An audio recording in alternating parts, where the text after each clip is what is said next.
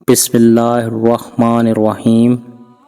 بنی اسرائیل کا ایک شخص 1000 دینار کا ضرورت مند تھا۔ وہ سمندر پار کر کے دوسرے علاقے میں کسی صاحب حیثیت آدمی کے پاس پہنچا۔ اس سے جا کر 1000 دینار قرض مانگا۔ صاحب مال نے کہا کہ میں آپ کو پیسہ دے سکتا ہوں، لیکن گواہ کون ہے؟ آپ گواہ لائیے۔ اس شخص نے کہا، میرے اور آپ کے درمیان اللہ ہی گواہ کافی ہے۔ تو صاحب مال نے کہا کہ بھائی پھر کفیل اور ذمہ دار لاؤ، تاکہ اگر آپ نے ادا نہ کیا تو میں آپ کے کفیل سے وصول کر لوں گا۔ اس شخص نے کہا، میرے اور آپ کے درمیان اللہ ہی کفیل ہے۔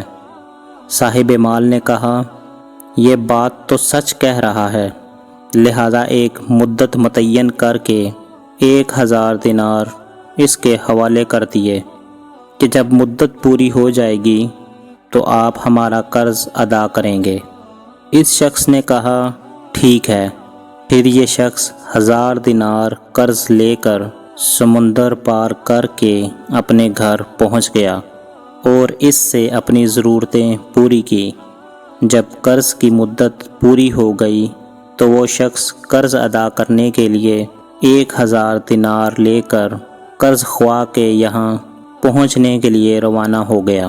سمندر کے پاس پہنچ کر کشتیاں تلاش کرنے لگا، لیکن کوئی بھی کشتی نہیں ملی۔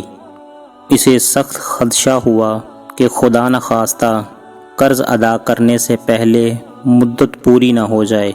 سمندر کے کنارے پر مارا پھرنے لگا، کسی طرح کوئی سواری مل جائے۔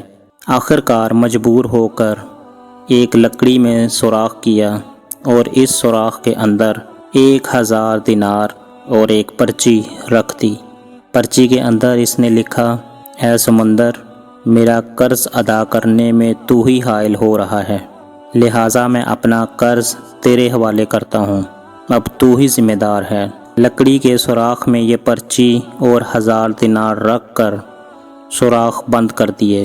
اس کے بعد اس لکڑی کو اس سمندر میں یہ کہہ کر بہا دیا کہ لے اب تو ہی ذمہ دار ہے، اور اللہ سے دعا کی، اے اللہ، میرے قرض کے ادا کرنے میں یہی سمندر حائل ہے، میں تجھے گواہ بناتا ہوں اور تو ہی گواہ ہے اور تو ہی کفیل ہے۔ جب قرض کی مدت پوری ہونے لگی تو وہ شخص قرضدار کے پاس پہنچنے کے لیے سمندر کے کنارے پہنچا تو اسے بھی کوئی سواری نہیں ملی۔ اتفاق سے اس کے سامنے سمندر میں سے ایک لکڑی بہتی ہوئی نظر آئی۔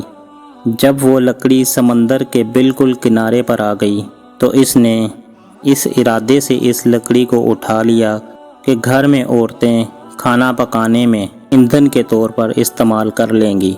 گھر لے جا کر چیرا تو اس کو 1000 دینار اور وہ پرچی ملی۔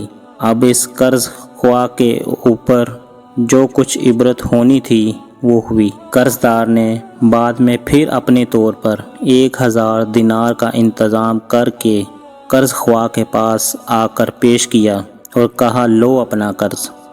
تو اس قرض خواہ نے کہا کہ آپ کا قرض مجھے وصول ہو چکا اور آپ کی پرچی بھی مل گئی۔